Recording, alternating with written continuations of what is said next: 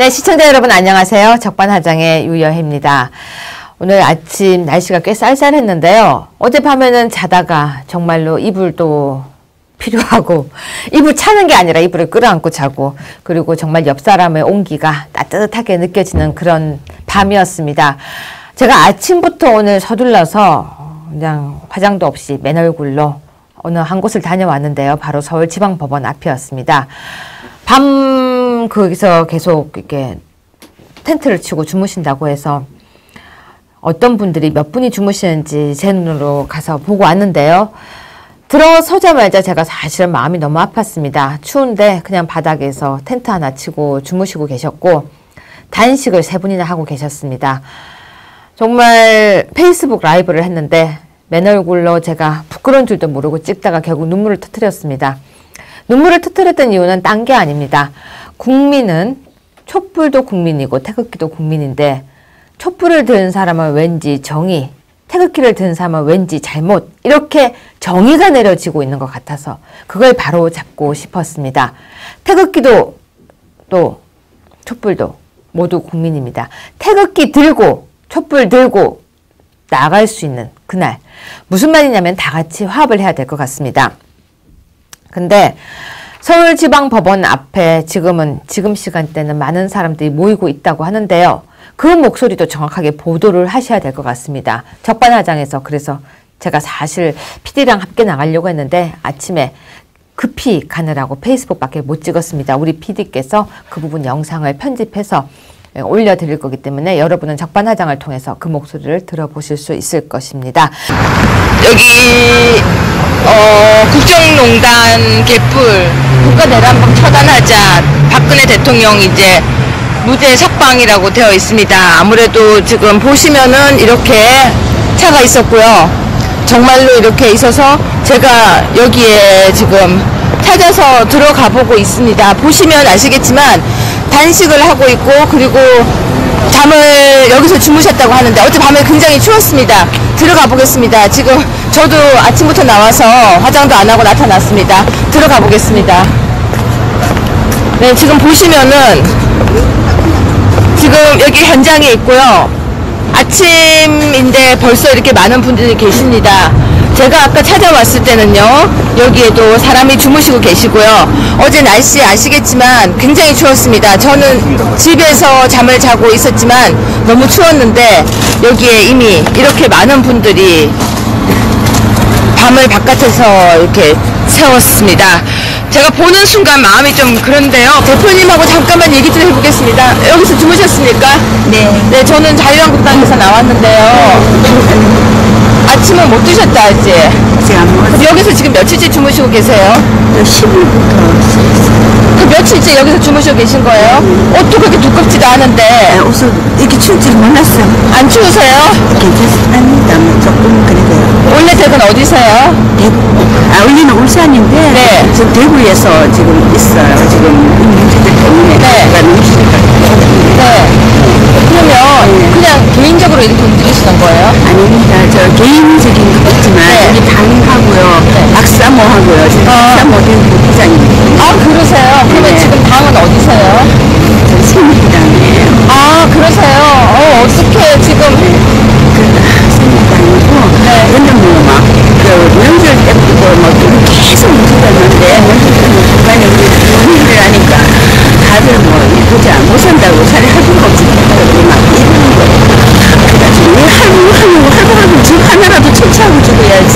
그래서 그러면 있으면 우리 어떤 방법으로 이 에너지를 분출해야 될지 몰라가지고. 아니, 정말로 제가 네. 정말 보면서요. 아, 여기서 이렇게 계셨구나. 저는 진짜 말만 들었는데 보도가 안 돼요. 네. 말만 듣고 보도가 되지 않아 잘 몰랐는데요. 실제로 이렇게 다들 힘들게 첫날은 막 몰랐는데 막 바람 비바람 쳐가지고 우리 아무도 안 막아놨었거든요. 네. 정말 아무도 안 막아놨었어요. 막 끌고 막 매달려가지고. 근데 이렇게 하시는 그 원동력이 뭔가요? 그 마음이? 일단은요, 우리가 대한민국 법치를 지켜야 되고, 법치를 지켜야 돼요. 대한민국을 지키면 되고, 우리 박근혜 대통령님이 아무 죄도 없이 6개월간 지금 검찰이 그만큼 탈탈 털었잖아요. 6개월간요. 이 주 4일요. 아침부터 저녁까지요. 살인 재판을 하고도 못 틀은 죄를 6개월 더 연장한다고 그 죄가 밝혀지겠습니까? 그리고 있잖아요. 어딜 도망간단 말씀입니까? 일단은요. 법에 해가지고 한다. 법치를 존중하는 대한민국이라면 이런 식으로 대통령이었다고 해가지고 인권 무시하고 그렇게 할 수는 없다고 생각합니다. 네. 법대로 일단은 풀어주십시오. 그러고 난 다음에 죄가 있다면 그 다음에 조사받고. 네, 재판받고. 네, 재판받고. 그러니까 지금 뭐 네. 무조건 석방이 아니라 원칙대로 해달라는 거죠. 네네, 그러군요. 원칙대로 해주시고, 네, 대한민국 국민들이 다 보고 있는 데서 원칙대로 해주시고, 제대로 보도를 해주시고요. 지금요, 오늘 어금니 아빠인가 하는 사람은 구속을 안 하려고 하는 그런 기사들이 나오고 있어요. 네. 어떻게 보면은 지금 상황을 봤을 때 불구속 수사가 당연히 원칙임에도 불구하고 네. 원칙대로 해달라고 하는 이 목소리를 들으셔야 됩니다. 네. 저도 지금 거기에 한 목소리를 내고 있고요. 우리 당도 지금 거기에 다 같이 의견을 합치했습니다. 일단 자유한국당도 지금 그렇게 하고 있는데 저는 지금 이 상황에서 여기 옆에 계신 분들 지금 잠깐 들어가서 한번 같이 얘기 좀 나눠보겠습니다. 죄송합니다. 안녕하세요. 아유, 저기 이거 가지고 주무셨는데 예, 맞습니다. 근데 이거 가지고 주무신 거예요? 지금 여기 이렇게 주무신 거예요? 이거 가지고 체온이 유지돼요? 지금 이거 가지고 주무셨는데 온기가 하나도 없어요. 지금 만졌더니 차가워요, 차가워. 제가 지금 만지고 있거든요. 이렇게 만지고 있는데. 살기로 하는데 뭐 어디? 근데 왜 그렇게 죽기 아니면 살기로 하세요? 말 안 듣더니 말 안 듣는 소리 자꾸 지금 말 듣는 사람 하잖아. 제 전미가 저 키아노게 배신하고 집어든 나가자. 그 지금 증거 어떡하자. 말도 안 듣는 대통령 때문에 지금 하고 계신 거잖아요. 네, 그쵸. 아니, 근데 그 원동력이 진짜 어떻게 이렇게. 아니, 얼굴에 뭐가 이렇게 많이 다 났어요? 이거 모기한테 아니, 지금. 수만 마리가 물렸어. 아니, 그러니까 이게 뭐예요? 왜 다 이렇게 얼굴이. 왜 이래요? 모기. 지금 팔이요. 지금 다 완전히 울긋불긋하게. 피부병 아니고 괜찮아요? 아니 모기한테 물렸어. 모기. 모기가 여기 20년 나네. 팔이 다 울긋불긋하게 지금 정말 좀 심해요. 저기 봐봐요. 모기. 지금 아침인데요. 식사하셨어요? 식선거 언제? 단식하시는 거예요? 단식하시는 거예요? 두 분이서? 며칠째요? 인사를 하다가 여성분은 갔습니다. 단식을 하고 있는데 왜 이게 뉴스에 나오고 있지 않습니까? 여기도 국민입니다. 국민의 목소리를 좀 저희가 지금 자유한국당 방송에서 일단 제가 쓰기 위해서 지금 찍고 있는데요. 나왔더니 마음이 지금 너무 제가 아파서 배 안 고프세요? 언제까지 하시려고 그러세요? 해결할 때까지. 근데 만약에 또 구속되면 어떡하실 거예요? 그래 구속된다고 우리가 대구 미리 가르쳐줬고 또 한 대까지 해봐야지. 대구에서 오셨어요? 대구 중에서 성주. 성주? 예. 싸우다 하는. 그러면 지금 단식하시는 분들은 식사를 못하고 계시고 전국의 위원님은 예, 맞습니다. 단식을 하지 않으시는 분들만 식사를 하고 계신데요. 지금 여기 계신 분이 지금 단식하시는 분이 총 3분이십니다. 네. 얼굴이 말이 아니에요. 네, 지금 뭐 이름 너무 좋으신 분인데 뭐 나중에 저기 여기도 국민이란 걸 알아야 됩니다. 여기도 국민입니다. 국민이 문재인 대통령을 지지하는 사람만 국민이 아닙니다. 여기도 분명히 국민입니다. 그럼 여기서 하는 목소리는 왜 보도가 안 됩니까? 여기 목소리도 보도를 해주셔야 됩니다. 분명히 여기서 사람들이 다 앉아서 단식을 하고 있는데 왜 보도를 하지 않고 언론은 모든 것을 공정하게 그리고 법은 모두에게 공평해야 됩니다. 그것이 바로 법치입니다. 죄송해요. 제가 아직 아무것도 할 수가 없어서 죄송해요. 내 말이 그래도 자유한국당에서 대통령이고 당론은 안 제대로 안 되는 거지. 아니요, 그래도 당론은 아니지만 다 같이 의견을 다 같이 내가 합치했어요. 어제 카톡에 네. 보고 있는데 당론은 안 제대로 안 되고. 네. 그래도 우리 토요일 날 장관 이런 우리 국민들이 네. 민주들 아무렇게 해도 국회의원들 이런 백미가 많이. 국민이 그래도 힘이니까요. 국민을 보고 힘을 낼게요. 그리고 토요일 날 대학원에서 태극기 집회하는데 자유한국당에서도 나가거든요. 그러니까 우리도 같이 힘을 보탤게요.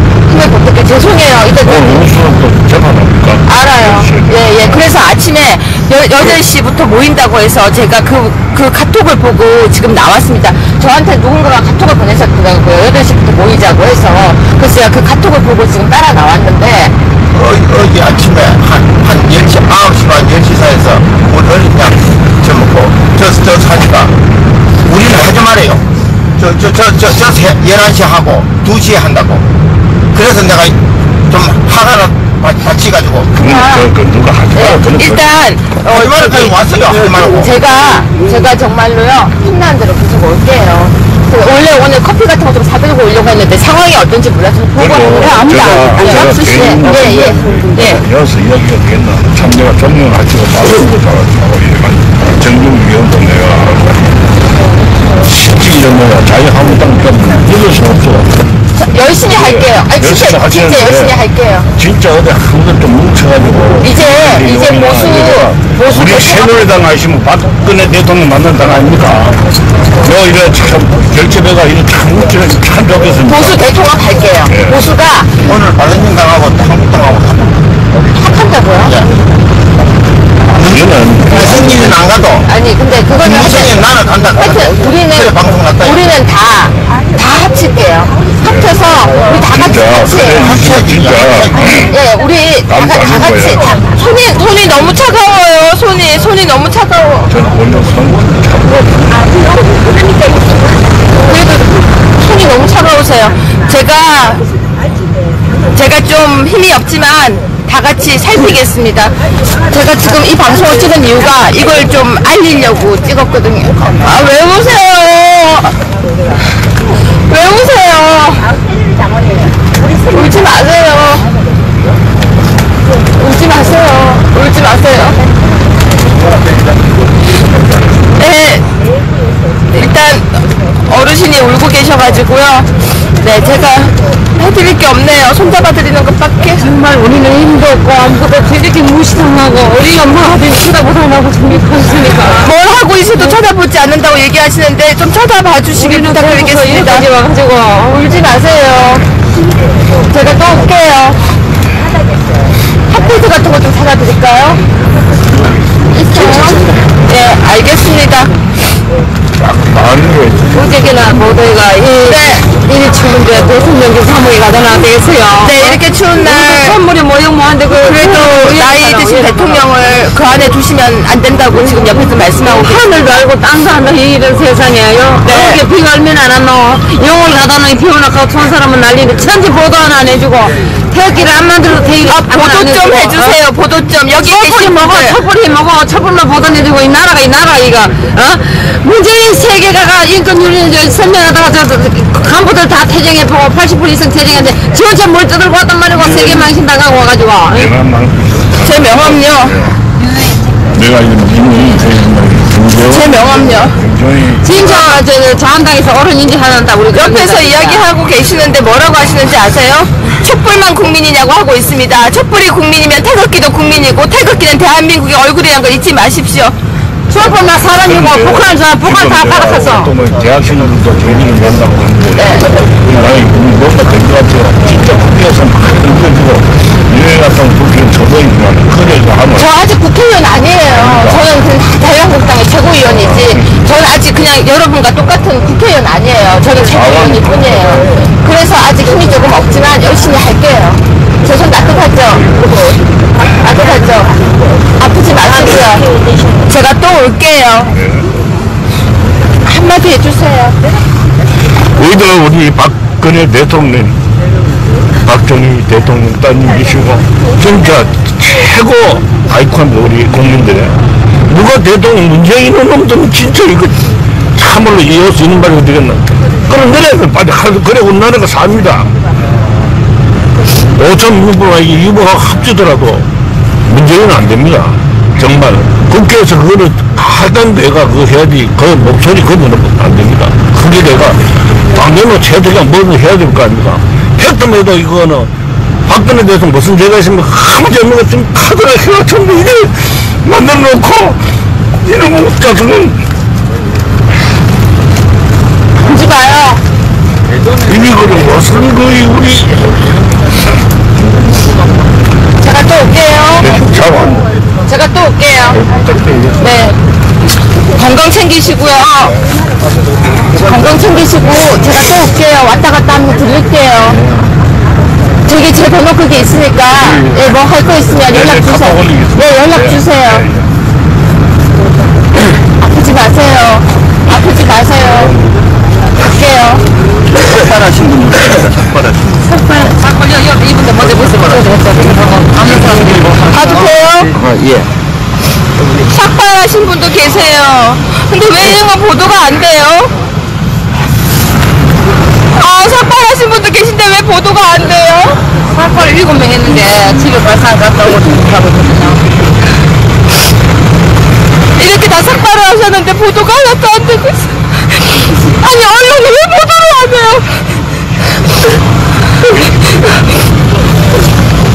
우리는 개돼지입니다. 우리는 개돼지이기 때문에 방송도 안 나오고 어느 누가 우리는 봐주는 사람도 없고 대변해 주는 사람도 없습니다. 우리는 너무 억울합니다. 억울하고 우리가 이 추운데 나와가지고 밤새 여기 있고 어제 제가 하도 여기 뭔 일이 있다 이렇게 해가지고 안 좋은 사람들 다닌다 해가지고 새벽 3시까지 제가 불침범이 있었습니다. 그런데 아닌가 다른게 전부 총 8명인데 3명이 돌고 5명이 돌고 이 노란 리본 붙여가지고 그래 도는 걸 내가 확인을 했습니다. 여기서 세상에 이게 나랍니까 이거 진짜? 지금 세월호 그게 세월이 언제인데 아직까지 세월호 하고 그래 다닙니까? 자기 부모가 죽으면 그래 하겠어요 그 사람들? 나는 진짜 이거 나라가 아닙니다 이거. 제가 오늘하고 지금 방송이 좀 이상한데요. 좀 이해 좀 해주세요.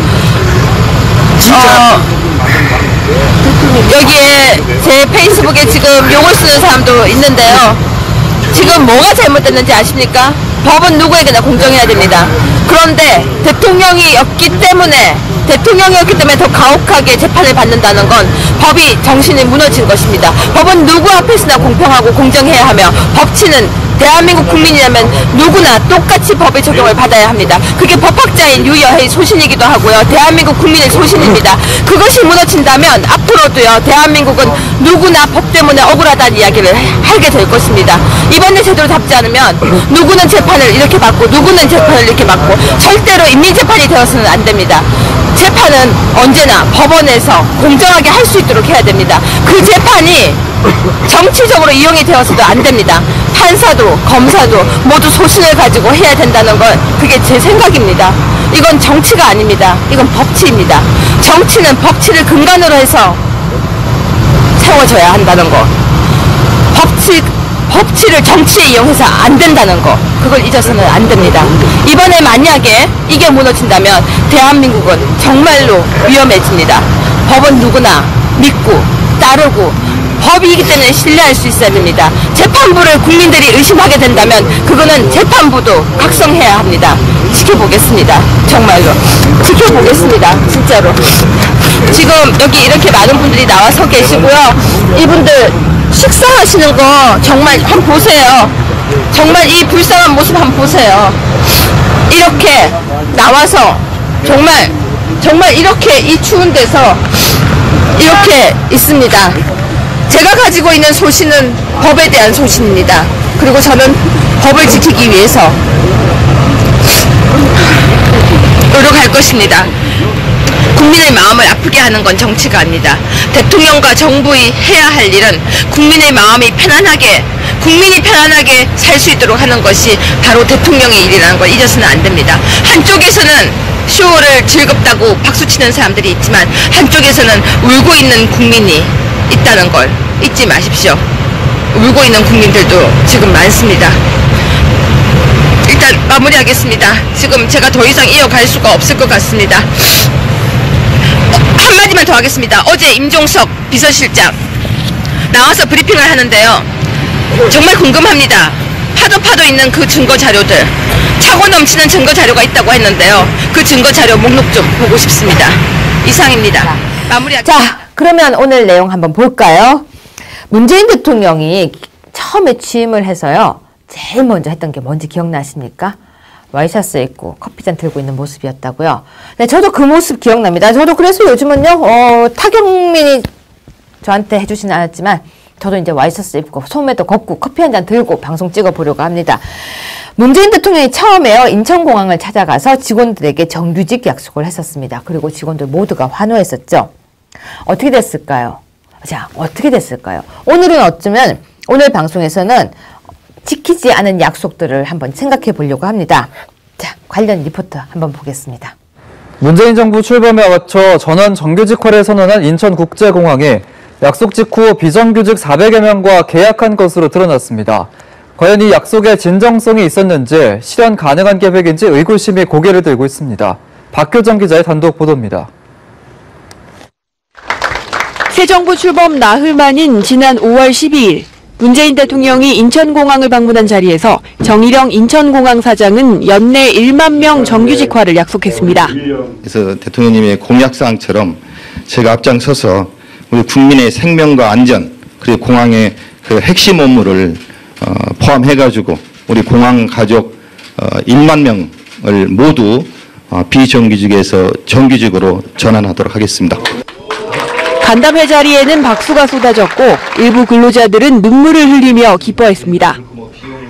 그런데 이런 약속 직후 공항공사는 외주업체 6곳과 새로 도급 계약을 맺고 비정규직 400여 명을 채용한 것으로 드러났습니다. 연합뉴스TV가 확보한 계약서에 따르면 공사는 5월 말 탑승교 관리 인력과 내년 초 개항을 앞둔 제2터미널 관리 인력 등 모두 448명과 비정규직 계약을 맺었습니다. 고용노동부가 비정규직 계약 연장 자제를 협조한 6월 이후에도 11개 업체들의 계약 기간이 갱신됐는데 결과적으로 3,700여 명이 3년간 비정규직으로 계속 일하게 됐습니다.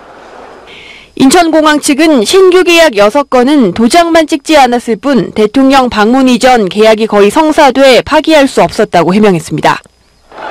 달콤한 약속 뒤로 비정규직 채용이 계속된 것으로 드러나면서 공사 측의 진정성은 상처를 입게 됐습니다. 즉 국민에 대한 기만행위다. 그리고 공항공사 역시도 똑같이 마찬가지로 그러한 것들에 부응하기 위한 그 정권의 입맞추기식의 쇼를 한 거다. 한 의구심을 떨칠 수가 없거든요. 비정규직 제로의 상징이 될지 아니면 또 한 번 희망 고문으로 그칠지 인천공항은 여전히 시험대 위에 서 있습니다. 어떠십니까? 인천공항 사장은요, 대통령의 선거 공약이니까 공항 직원 1만 명 모두를 비정규직에서 정규직으로 전환하겠다라고 해놓고 달랑 400명만 정규직이 됐습니다. 그럼 정규직이 안 된 사람은 도대체 몇 명입니까? 어떻게 된 겁니까? 1만 명이 모두 정규직 되는 날이 과연 올 수 있을까요? 자, 여기서 제가 지금 체크 하나만 하겠습니다. 연합뉴스TV에 방금 나갔던 그 리포트가 기사화도 되어 있었는데요. 비정규직 제로 약속해놓고 400명 계약한 인천공항입니다. 그러면 비정규직 제로 약속이 400명만 정규직이 됐으면 나머지, 자, 1만 명에서 400명 빼보십시오. 그 사람들은 도대체 무엇이 된 겁니까? 1만 명 모두가 정규직이 되지 않았습니다. 대통령은 괜히 비정규직의 마음을 들쑤셔서 싱숭상숭하게 만들었고요. 400명만 정규직이 됐던 것 어떻게 보십니까, 여러분? 약속을 지키지 않은 대통령이라고 왜 아무도 비난하지 않고 아무도 방송에서 다루지 않습니까? 연합뉴스에서 방송은 다뤘지만 사실 이거는요, 첫 번째 행보의 약속이었기 때문에 강력하게 지적하고 강력하게 여기에 대해서 항의를 해야 됨에도 불구하고, 자, 제가 아까 오프닝에서 이런 얘기를 했었죠. 왜 지금 단식 중인 사람들, 그리고 삭발한 사람들에 대한 방송을 하지 않느냐라고 이야기를 했었는데요. 이런 방송도 꼭 필요한 것이 언론이라고 보여집니다. 그 다음 뉴스 한번 볼까요? 지금 문재인 정부 지지층이요, 부글부글 끓다고 합니다. 끓고 있대요. 노큰 뉴스 기사인데요. 자, 문재인 대통령이 처음에 한반도 운전자, 그러니까 운전석이 아니고 운전자론을 외쳤었죠. 그런데 지금 운전석에 앉지도 못하고요, 조수석에도 올라타지 못한 것 같다고 합니다. 근데 사실은요, 운전자 맞아요. 어떤 운전자냐? 그 뒤에서 주인들이 앉아 있는 거죠. 자, 이렇게 운전해 하면 운전하고 있는 운전자가 꽉 좋은 거 아니에요. 자율적이지 못한 운전자인 거죠. 북한의 6차 핵실험 등 이딴 도발로 북한과 미국만 서로 으르렁거리고 있고요. 트럼프와 김정은은 계속 대립구도로 신문 보시면은 두 사람 얼굴만 나와요. 트럼프하고 김정은이 나와요. 문재인과 김정은이 아니고.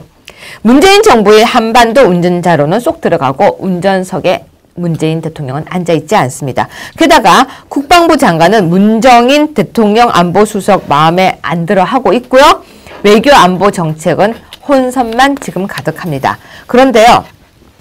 정부에 굉장히 우호적이었던 전문가나 그 여권 내부에도 이제 전환점이 필요한 것 같다. 이건 아니다 라고 하고 있는데요. 안보 불안이 드디어 현실로 돌아왔습니다. 여러분 그거 알고 계시죠? 상주 그 사드 부분에서 많은 국민들이 이렇게 얘기하고 있습니다.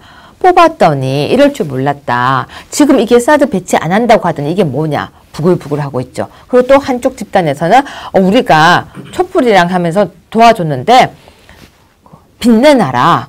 자, 여기저기서 부글부글 하고 있습니다. 준비 안 된 대통령 맞는 것 같습니다. 자, 그 다음 뉴스 한번 볼까요? 바로 강경화 장관이죠. 그 백발 멋있게 해서 사람들이 다 정말 멋있는 사람이라고 했는데요. 제가 페이스북에서도 지적했습니다. 강경화 장관 장녀 국적 돌렸냐 회복했냐 라고 지적을 했었는데요. 여러분 다 기억하시죠? 청문회 때 뭐라고 했습니까? 딸 국적 돌리겠습니다 라고 했죠. 대통령도 약속을 안 지키는데 강경화 장관 약속 지켰는지 한번 찾아봅시다. 자, 엄마가 장관 되면 딸이 국적 바꾼다 했다라고 했는데요. 역시 자식 이기는 부모 없었습니다. 딸 국적은요, 지금 미국 국적을 그대로 가지고 있다고 합니다. 뭐 다른 장관은 그렇다고 치고요. 외교부 장관 딸이 미국 국적이다. 여러분 이해 가십니까? 아니 미국 주한미군 철수하라고까지 하는 그런 곳에서 딸은 왜 미국 국적을 가지고 있죠? 이거 정말 문제 있지 않습니까? 그리고 본인이 분명히 이야기를 했었어요. 딸이 국적을 바꾸겠다. 자, 국적 회복 신청조차도 안 했는데요. 제가 그냥 얘기하는 거 아니죠. 기사 보실까요? 강경화 장관 장녀 아직 국적 회복 신청도 안 했다. 강경화 외교부 장관의 장녀가 아직 미국 국적 상태고 한국 국적 회복을 신청도 하지 않은 것으로 12일 확인됐다. 외교부는 여러 서류 아직도 준비 중이다. 이렇게 나오고 있는데요. 4개월이 지났어요. 4개월 동안 그대로라고 합니다. 미국에서 태어난 강 장관의 자녀는 2006년 한국 국적을 포기했었고요. 장녀의 이중 국적 부분에 대해서 지적을 하자 이 부분을 관련 절차를 밟고 있다고 밝혔는데요. 우리나라 4개월 동안 국적 회복 안 되는 나라입니까? 그렇다면 외교부 지적을 해야 되겠네요. 국적 회복 절차가 4개월이 더 걸리는 나라. 이거 어디를 지적해야 됩니까? 강경화 장관 장녀 신청도 안 한 건지 아니면 신청을 했는데 절차가 느려지는 건지 아니면 장관이 되고 나니까 생각이 바뀐 건지 우리는 흔히 이런 말을 합니다. 화장실 갈 때와 화장실 다녀와서는 마음이 바뀐다라고요. 그런데 여러분 장관은요. 한 나라의 장관은 한 입으로 두 말을 해서는 안 됩니다. 문재인 대통령이 지금 하고 있는 그런 모습들을 보면서요. 많은 사람들이 우려를 하고 있습니다. 안보도 걱정이 되고 정말로 요즘 너무 보여주기를 많이 하는 게 아닌가. 정말 보여주는 것은 언젠가는 한계가 있습니다. 이번에 국감이 시작됐는데요. 내실 있게 탄탄하게 준비된 대통령이 아니라는 것이 탈탈 털리지 않을까 걱정이 됩니다. 자, 이번 순서는요. 여러분 아주 야심차게 준비했습니다. 여러분 기억나시죠? 소년법 폐지에 관했던 내용들. 그래서 표창원 의원이 그 부분에 대해서 저하고 페이스북으로 왔다 갔다 했는데요. 제가 분명히 그렇게 얘기했거든요. 토론 한번 붙어보자. 그랬더니 11월 달에 세미나를 한다고 그때 이야기를 하라라고 했습니다. 11월이 금방 다가오고 있습니다. 제가 지금 기다리고 있는데요. 표창원 의원의 방으로 카메라 들고 적반하장에 찾아가려고 지금 준비 중입니다. 뭐 국감이니까요. 바쁘니까 국감 끝나고 가야 할까 고민 중인데요. 소년법 부분은 제가 그냥 넘어가지 않겠다라고 분명히 얘기했습니다. 그 부분 오늘 소년원을 다녀온 한 여성분과 이야기를 나눠보겠습니다. 한번 볼까요? 네, 시청자 여러분, 청원이라는 말 아세요? 청원. 청원은 사실 어떤 일이 이루어지기를 바라면서 청한다는 뜻입니다. 청와대에서요, 참 묘한 꼼수를 부렸다는 말이 있죠. 청와대 홈페이지에 올라온 청원에 대해서 조건을 달았어요. 청와대의 반응을 들으려면 30일에 20만 명 이상이 청원해야 된다는 조건을 달았던 거예요. 30일에 20만 명. 그러니까 갑자기 사람들이 이제 그렇죠. 아, 이게 대답을 들을 수 있구나. 그 대표적인 게 바로 소년법 개정에 대한 청원이었어요. 어떻게 됐냐고요? 자세한 이야기는 지금 이 방송에 집중을 해주세요. 자, 이윤경 비서관님이라고 이야기를 해야 되나요? 이제 지금 신분이 좀 바뀌죠? 네. 네, 원래는 정태옥 의원님 사무실에서 있었던 비서관이었는데 네. 지금 이제 여의도 연구원으로 옮기는 거죠? 네, 그렇게 될 것 같습니다. 그렇죠. 이제 언제부터 옮기나요? 아직 이제 정식 날짜가 어떻게 해야 되죠? 아, 그러니까 정식으로 아직 발령은 안 받았지만 네. 지금은 의원님실에 있나요? 예, 있습니다. 아, 그래요. 오늘 방송 찍고 가서 의원님한테 꼭 안부 전해주세요. 네, 알겠습니다. 네, 지금 나와 계신 분은요, 정태옥 의원님 사무실에, 그러니까 있는 이윤경 비서관인데요. 사실 제가 출장을 보냈었어요. 출장 갔다 왔죠? 예. 어디 갔다 왔습니까? 안양소년원에 다녀왔습니다. 우리가 처음에 이 소년법에 대한 얘기가 나왔을 때 만나서 내가 숙제를 줬었잖아요. 예, 맞습니다. 숙제를 잘 하고 왔더라고요. 네. 그래서 이제 방송을 우리가 이렇게 구성을 하게 된 건데, 안양소년원을 갔다 왔나요? 네. 갔더니 거기서 잘해주시던가요? 예, 굉장히 이렇게 친절하게 네. 설명해 주시고, 네. 이제 유해 최고위원님 덕분에 네. 그 자세하게 그 현재 그 상황을 듣고 올 수 있었습니다. 제가 정말로 이렇게 특사로 출장을 보냈는데요. 쉬운 게 아니죠. 왜냐면 소년원을 가서 직접 가서 상황을 본다는 게 쉬운 건 아니었는데요. 며칠 날 다녀왔습니까? 9월 12일 날 다녀왔습니다. 아, 내가 그렇게 일찍 시켰었군요. 너무 일찍 부탁을 했었군요. 그 당시에 핫했죠. 네. 소년법에 대해서. 네. 근데 지금 우리 비서관님 보실 때 요즘 그게 대해서 관심 갖는 사람이 있는 것 같아요? 없는 것 같아요? 관심도가 많이 떨어진 게 아닌가 싶습니다. 많이 떨어진 게 아니라 아예 관심에서 멀어지지 않았을까요? 네, 맞습니다. 표창원 의원은 본인이 발의한 소년법 내용을 기억이나 하고 있을지 모르겠어요. 네. 네. 자, 가보니까 몇 명 정도가 그 안에 있던가요? 그러니까 거기 있는 학생들의 점심 식사를 이제 같이 하면서 같이 먹었어요? 네, 같이 식사를 했습니다. 그래서 거기 이제 수용되어 있는 친구들을 거의 다 이제 만나봤습니다. 그래요? 네. 그럼 대충 한 몇 명 정도를 보고 왔어요? 본인이 직접 본 사람을 대충. 제가 본 사람은 한 100명이 조금 안 되는. 많이 보고 왔군요. 예, 예. 나이대는 어느 정도 됐었나요? 나이대는 보통 한 16살에서 뭐 17살 뭐 이 정도였었죠. 아이들의 그 반응은 어땠어요? 굉장히 이렇게 반갑게 맞이해줬고요. 그리고 이제 그 식당 안에서 원래 이렇게 대화를 잘 할 수 없게 되어 있어서 뭐 깊은 대화를 해볼 수는 없었지만 참 이렇게 밝게 인사해주고 이렇게 아는 척해주고 뭐 그런 모습을. 근데 보여줬습니다. 보통 아이들이 그 죄명이 어떤 거든가요? 거의 폭력적인 거나 그러니까 폭력이 많았고요. 그것도 되게 특이했던 점은 그 아이들의 몸에 문신이라던가 이런 것들이 되어 있었던 게 있는데요. 본인이 원하면 그것을 이렇게 토시로 가리거나 그러니까 본인의 자율에 맡기는 부분들이 확실히 있었던 것을 볼 수 있었습니다. 근데 문신을 많이 하고 있던가요?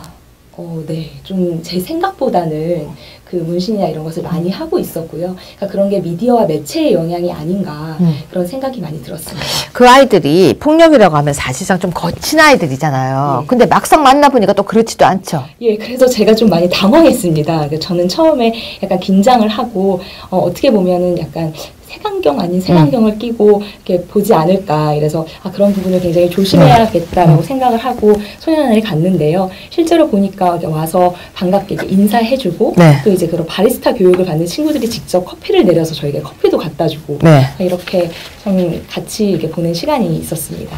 그런데 지금 이제 우리 청와대에서 청원을 20만 명 이상의 청원을 하면은 네. 응답을 해준다 이렇게 했었거든요. 네. 혹시 백악관 청원 답변 기준 아세요? 10만 명이죠. 10만 명. 네. 근데 왜 이렇게 우리나라는 20만 명이나 했어요? 제가 생각했을 때는 근데 우리 인구를 따지면 미국이 훨씬 인구가 많지 않아요? 미국 인구는 거의 뭐 3억 2,600만. 그러면 우리나라 인구보다 미국이 한 6배가 많은데, 자, 인구는 6배가 많은데 청원은 우리나라 2배야. 우리나라는 또 기한도 있죠. 30일이라는. 그럼 미국은요? 미국은 제가 기한은 따로 없는 것으로 알고 있습니다. 자, 그러면 참 이게 아이러니한데요. 어떻게 보면요, 지금 우리가 제대로 여기 약간 또 쇼맨십이 아닌가라는 생각이 좀 들고요. 자, 그래서 소년법을 개정해달라고, 폐지해달라고 많은 사람들이, 국민들이 청원을 해서 20만 명을 넘겼대요. 네. 그 사람들 청원 내용이 다 뭐였나요? 폐지하자라는 내용인데요. 무조건 폐지하자는 것이 아닙니다. 네. 그러니까 인천초등학교 살인사건처럼 극악범죄에 대해서 네. 이제 폐지를 검토를 하고, 이제 현재 청소년들의 이렇게 조숙도 같은 것을 반영을 했을 때 네. 형사 책임을 지지 않는 나이, 촉법소년의 나이라고 하죠. 그것을 14세에서 이제 12세로 낮추자. 뭐 그런 문제 해결에 대해서 논의하자는 내용이 대부분이었습니다. 근데 그 나이가요, 10살, 12살, 이것도 근거도 지금 아직 다 만들어지지 예, 그렇죠. 않았잖아요. 그렇죠. 그죠? 네. 근데 여기에 대해서 청와대에서 반응이 나왔습니까? 네, 나왔죠. 누가 했어요? 근데 청와대에서 이 반응을 했는데, 누가 반응을 했죠? 조국 수석과 이제 조국 수석, 예. 민정수석이 있단 말이에요? 예. 그게 민정수석의 업무일까요?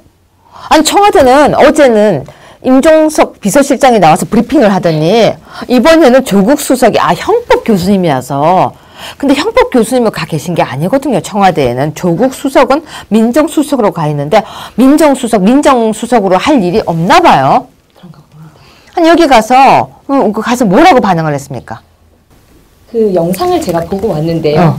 정말 원론적인 이야기, 약간 국민들을 가르치는 그런 교수님의 그런 아직 그런 모습이. 교수님 버전으로 탈바꿈을 했군요. 네, 그래서 뭐라고? 원론적인 이야기만 계속 했는데요. 그러니까 뭐 죄질이 아주 높다면 중형에 처해야 하지만 죄질이 낮다면 무조건 감옥에 넣을 것이 아니라 현행법상 보호 처분이 있다. 뭐 보호 관찰 등 감옥에 안 가고도 교화되는 방법이 있다. 뭐 이런 식으로 뭐 통상 감옥에 보내는 것만 자꾸 생각한다. 뭐 소년원의 과밀 현상을 나열한다든지 국가, 사회, 가족이 힘을 합쳐야 한다는 원론적인 이야기만 계속 나열을 했습니다. 아니, 근데 그 얘기는요, 제가 전에 했을 때 저 댓글에서 욕을 갖다가 한 10,000개를 욕을 받았어요. 네. 제가 했을 땐 댓글이 욕이 10,000개더니 왜 조국 수석을 하면 욕이 안 나오죠? 그러게 말입니다. 그런데 그럴 거면 청와대가 청원을 왜 받았대요? 아니, 어차피 뭐 된 것도 없잖아요. 네. 답변도 시원찮고. 그러니까 보여주기식 소통. 그러니까 지금 늘 하고 있는 보여주기식 소통을 다시 한번 한 게 아닌가. 이것도 혹시 탁현민의 작품인가요? 근데 탁현민 왜 안 나가세요? 모르겠습니다. 탁현민 행정관이 그렇게 그 여성 단체나 이런 데서 얘기를 해도 정말 너무 많은 그런 여성에 대한 뭐 비하 발언이라 비하 발언 정도가 아니라 뭐 손 모양도 이상하게 하고 그런 현상이 그러니까 그런 일을 많이 했는데 계속 그냥. 우리가 여기서 얻을 수 있는 교훈이 뭔지 아세요? 뭘까요? 인재가 되자. 노력하겠습니다. 아무리 잘못을 해도 네. 대통령이 감싸는 인재가 되자. 대통령이 필요로 하는 사람이 되자. 네. 참나. 자, 그러면 지금 현재 소년법의 문제점이 진짜 있긴 있나요? 예, 많이 문제점이 있습니다. 네. 왜냐하면 지금 현재 청소년들은 이제 과거에 비해서 이게 조숙도가 높고요.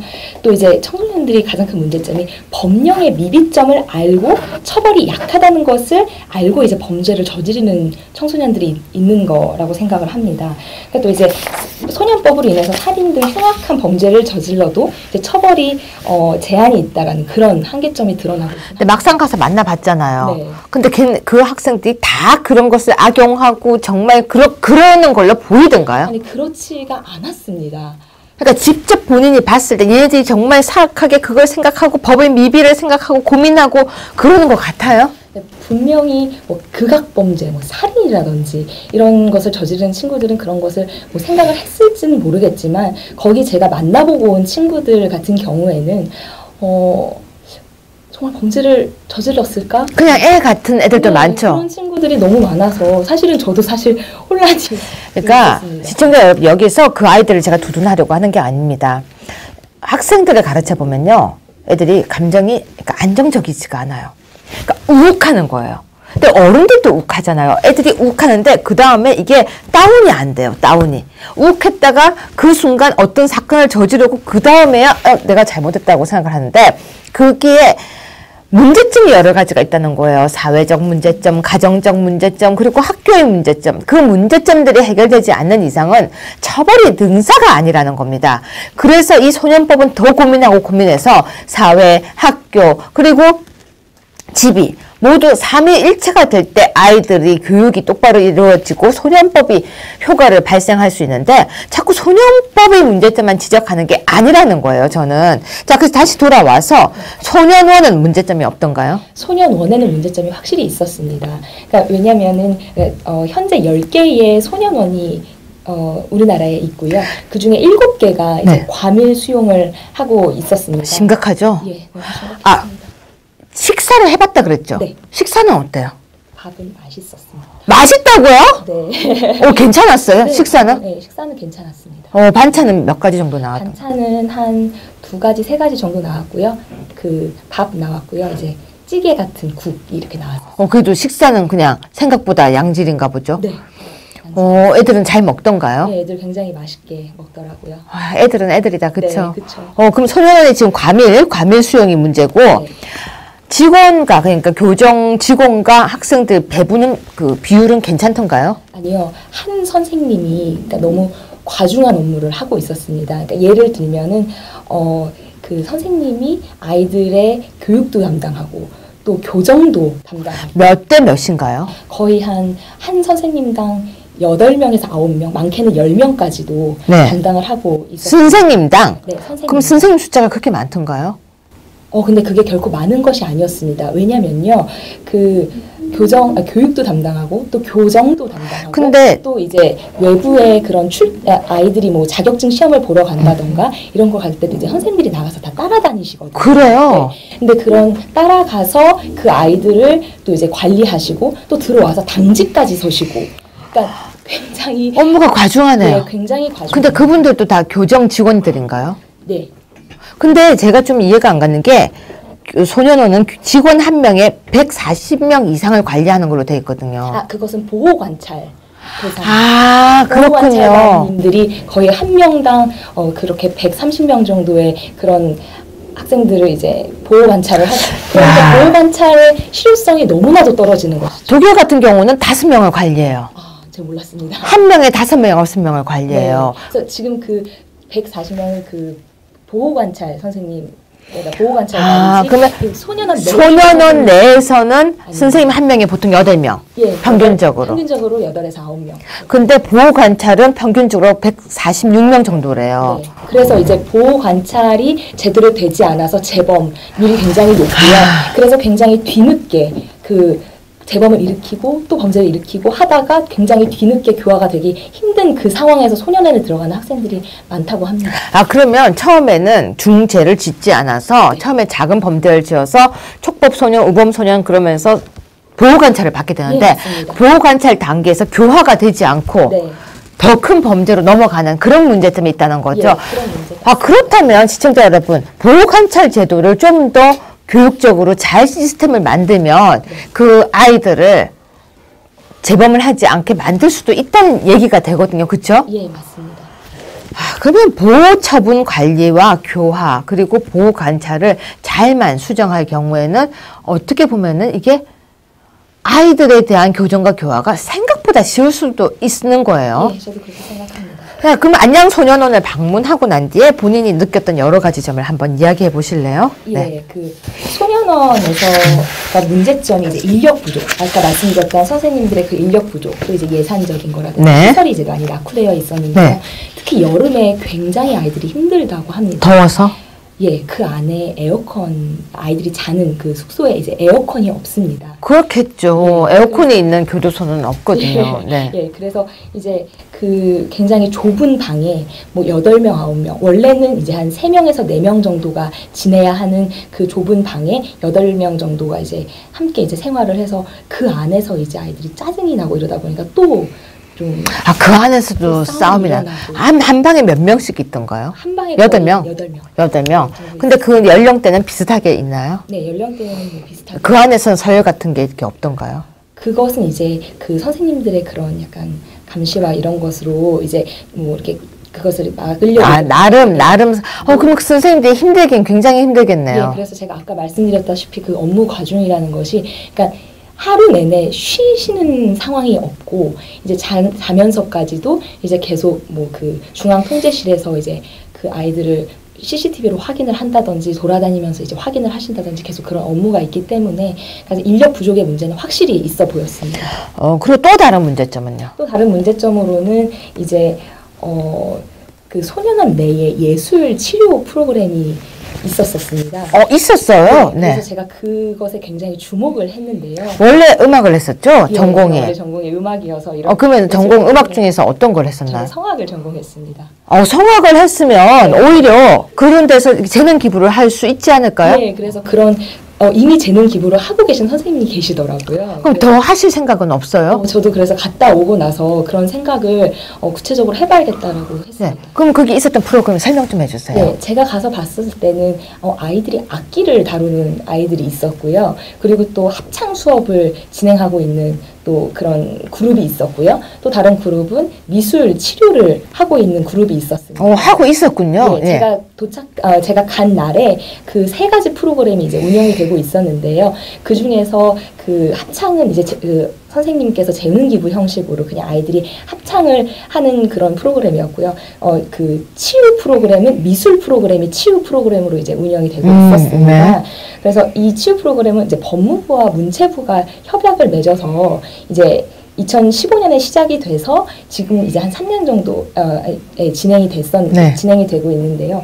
그러니까 현장 선생님들 이야기를 들어보면 확실히 이 프로그램을 받은 친구들에 대한 효과가 굉장히 뚜렷하게 나타난다고 합니다. 그 현장의 목소리네요. 네, 현장의 목소리입니다. 선생님들이 굉장히 아이들이 이제 그 프로그램 이수를 한 이후에 아이들의 그런 정서적인 안정이라든지 그런 이렇게 욱한다고 하죠. 그런 것들에 이렇게 되게 정말 좋은 쪽으로 이제 아이들이 그 순화가 되는 것을 현장에서 보고 느끼신다고 말씀을 주셨고요. 근데 문제는 예산 때문에 이 모든 원생들에게 이 기회가 돌아가지 않는다는 점이었습니다. 예산이, 그러니까 누가 그런 얘기를 하더라고요. 우리 방송에서 한번 다뤘었는데 예산이 적은 이유는 아이들에게 표가 없기 때문이래요. 유권자가 아니기 때문이래요. 슬프지만. 되게 들으면서 아니라고 반박은 못하겠지만 인정하기엔 너무 슬프지 않아요? 네. 맞습니다. 그래서 그 예산 때문에 모든 원생에게 기회가 돌아가지 못하는 상황을 제가 볼 수 있었고요.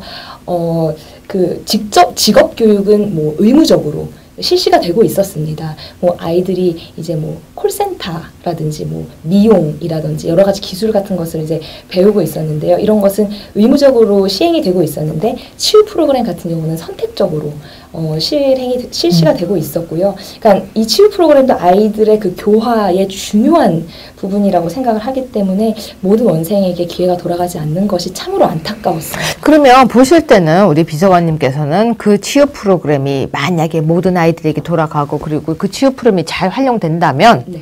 좀 효과가 있을 거로 보입니까? 저는 효과가 있을 거라고. 노래를 하셨잖아요. 네. 노래라고 하면 안 되나? 이게 멋있게 성악이라고 해야 되나? 노래라고 하면 됩니다. 근데 노래를 이렇게 하면 아무래도 사람이 좀 이렇게 감정적으로 좋아지는 게 있을 거예요. 예, 그렇습니다. 그 음악이나 예술이라는 행위를 통해서 이제 자기 뭐 내면을 돌아볼 수도 있고요. 그런 것들이 이제 뭐 표현함으로써 그러니까 본인의 그런 정서적인 안정이 확실히 된다고 생각을 합니다. 그래서 그 미술 치료 프로그램을 봤을 때는 뭐 나를 나타내기, 뭐 콜라주 해서 이렇게 잡지에서 그 사람들의 표정을 이렇게 오려서요. 그런 것도 해요? 이렇게 표정에 따라서 이렇게 구분을 지어서 뭐 화난 표정, 뭐 웃는 표정. 그러니까 지금 나의 내면의 상태를 비교해보고 뭐 이런 굉장히 내면을 많이 들여다보는 그런 프로그램이 운영되고 있는 것을 확인해 볼 수 있었습니다. 그거 아세요? 우리가 사이코패스라고 얘기하죠. 사이코패스의 가장 큰 특징은 우는 사람을 구분 못해요. 네. 상대가 울고 있어도 우는 줄을 몰라요. 되게 무섭죠. 네, 너무 어떻게 보면 감정의 공감과 동감을 한다는 게 치료의 시작일 수도 있겠다는 생각이 예, 들어요. 맞습니다. 근데 노래를 듣다 보면 기쁜 노래를 들으면 기뻐지고 슬픈 노래를 들으면 슬퍼지고 그 감정의 흐름을 따라갈 수 있다면 예. 한 몇 시간 머물렀었나요? 저는 거기 한 2시간 반 정도 머물렀습니다. 네. 꼭 거기 가서 재능 기부하세요. 예, 알겠습니다. 네. 너무 많은 것을 이제 그 류혜 최고위원님 이제 덕분에 제가 그런 그러니까 아무나 들어올 수 거기는 아무나 가지는 못해요. 없는 곳이라고 하더라고요. 네, 네. 그래서 정말 실질적으로 가서 보니까 제가 너무 많이 느끼는 것들이 많았고요. 네. 그런 기회를 주신 것에 대해서 굉장히 감사하게 생각합니다. 다음 달에는요. 예. 청주여자교도소 좀 다녀오세요.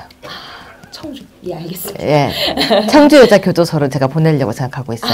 예. 그 안에 하몬이라는 합창단이 있거든요. 알고 있습니다. 그 영화로도 예, 거기에 제가 보내려고 오늘 이제 그 얘기를 확정을 지어서 네, 알겠습니다. 연결시켜 줄 테니까 예, 알겠습니다. 갔다 와서 청주여자교도소 이야기를 해주시고요. 그 다음에는 청송교도소를 좀 다녀오십시오. 네, 알겠습니다. 예. 네. 청송교도소가 또 이게 세기로 유명하거든요. 근데 거기 안에 가서 등급 높은 수용자들을 좀 만나고 오세요. 네. 내공을 키워서 네, 거기 가서 노래를 가르치고 오세요. 네, 미션입니다. 네, 알겠습니다. 그 진짜로 제가 미션 주는 거예요. 네. 왜냐면 저는 교정과 교화는 우리 대한민국을 밝게 만드는데 가장 기본이라고 생각합니다. 범죄를 저지른 소년들에게 강력하게 처벌한다고 해서 범죄가 줄어든다면 사형제도를 부활하면 당연히 되죠. 하지만 그렇지가 않습니다. 진정으로 교정과 교화가 된다면 마지막 끝까지 그 손을 잡고 가야 하는 것이 바로 어른의 역할입니다. 그 아이들이 끝까지 반성을 하지 않는다고 해도 그것도 역시 어른의 책임도 있습니다. 왜냐하면 어른이 있기 때문이죠. 아이는 어른의 축소판이 절대 아닙니다. 아이는 아이입니다. 그 아이를 어떻게 만드느냐, 어떻게 빛나게 하느냐도 어른의 역할입니다. 무죄 추정의 원칙, 그리고 재소자를 보호하고 그 모든 법의 정신들이 끝까지 지켜져야 되고요. 한 사람의 어린 아이들도 절대로 낙인을 해서는 안 됩니다. 낙인 이론도, 즉 낙인 금지, 예단 금지, 모든 법의 정신을 다시 한번 생각을 해봐야 될 것 같습니다. 소년법 그렇게 많은 사람들이 청원을 했었는데요. 흐지부지 해프닝으로 끝났습니다. 표창원 의원님께 다시 한번 이야기하겠습니다. 본인이 했던 발언에 대해서 꼭 책임지십시오. 끝까지 유여해 최고가 따라갑니다. 자, 다음번에는 청주여자교도소를 소개해 주십시오. 알겠습니다. 이제 출장 나가야겠네요. 네, 이제 정기적인 출장이 될 것 같습니다. 그렇죠. 어쩔 수 없습니다. 왜냐면요, 이런 부분을 소개를 해줘야지만 사람들이 좀 많이 알고, 또 우리는 이런 생각을 많이 갖고 있어요. 그들은 우리와 다르다는 생각을 많이 갖는데, 지금의 그들은 조금 있으면 우리의 이웃이에요. 맞습니다. 우리가 그들과 공감할 때 어떻게 보면은 재범률이 낮아진다는 걸 생각해 봐야 될 것 같습니다. 네. 고생했어요. 감사합니다. 다녀온다고. 네. 네. 고생하셨습니다. 감사합니다. 자, 2017년 10월 13일 금요일입니다. 여러분, 공포영화 중에 13일이 금요일이라는 공포영화가 있습니다. 13일이 왜 공포영화의 제목이 되었는지는 전 잘 모르겠지만요. 아무튼 오늘 여러 가지 일들이 있을 거라고 하는 슝슝한 이야기들이 페이스북에서 돌고 있습니다. 13일이 금요일. 저 역시 오늘은 많은 소식을 기다리고 있는데요. 이 방송을 찍고 난 뒤에는 국회 안으로 들어가서 또 단식 중인 분들을 한번 만나보려고 합니다. 여러분, 한 끼만 안 먹어도 배가 고픈 우리들이 3일을 4일을 굶고 있는 그분들을 보면은 어떤 마음이 드는지 여러분 알고 계십니까? 제가 아까도 오프닝에서 말씀드렸다시피 바깥에서 노숙을 하셨던 그분들은 온 몸이 모기에 물렸더라고요. 이 쌀쌀한 날에 모기가 웬 말이냐 그러는데요. 이번에 기상이변으로 모기들이 굉장히 많습니다. 온 몸에 모기에 뜯겨가면서 그분들은 왜 그런 하나의 이념을 가지고 하나의 그런 신념을 가지고 있는지 제가 질문을 했었는데요. 이런 이야기를 했습니다. 대한민국을 위해서라고요. 법치가 통하는 나라, 상식이 통하는 나라. 믿음이 통하는 대한민국을 꿈꿔보겠습니다. 네, 내일은 남한산성으로 찾아갑니다. 내일 남한산성으로 올라가서요. 남한산성 영화의 흔적들을 보면서 남한산성의 역사를 다시 한번 찾아보는 시간을 하려고 합니다. 적반하장은 여러분이 원하시는 그 장소 그곳으로 찾아갑니다. 고맙습니다. 다시 찾아오겠습니다.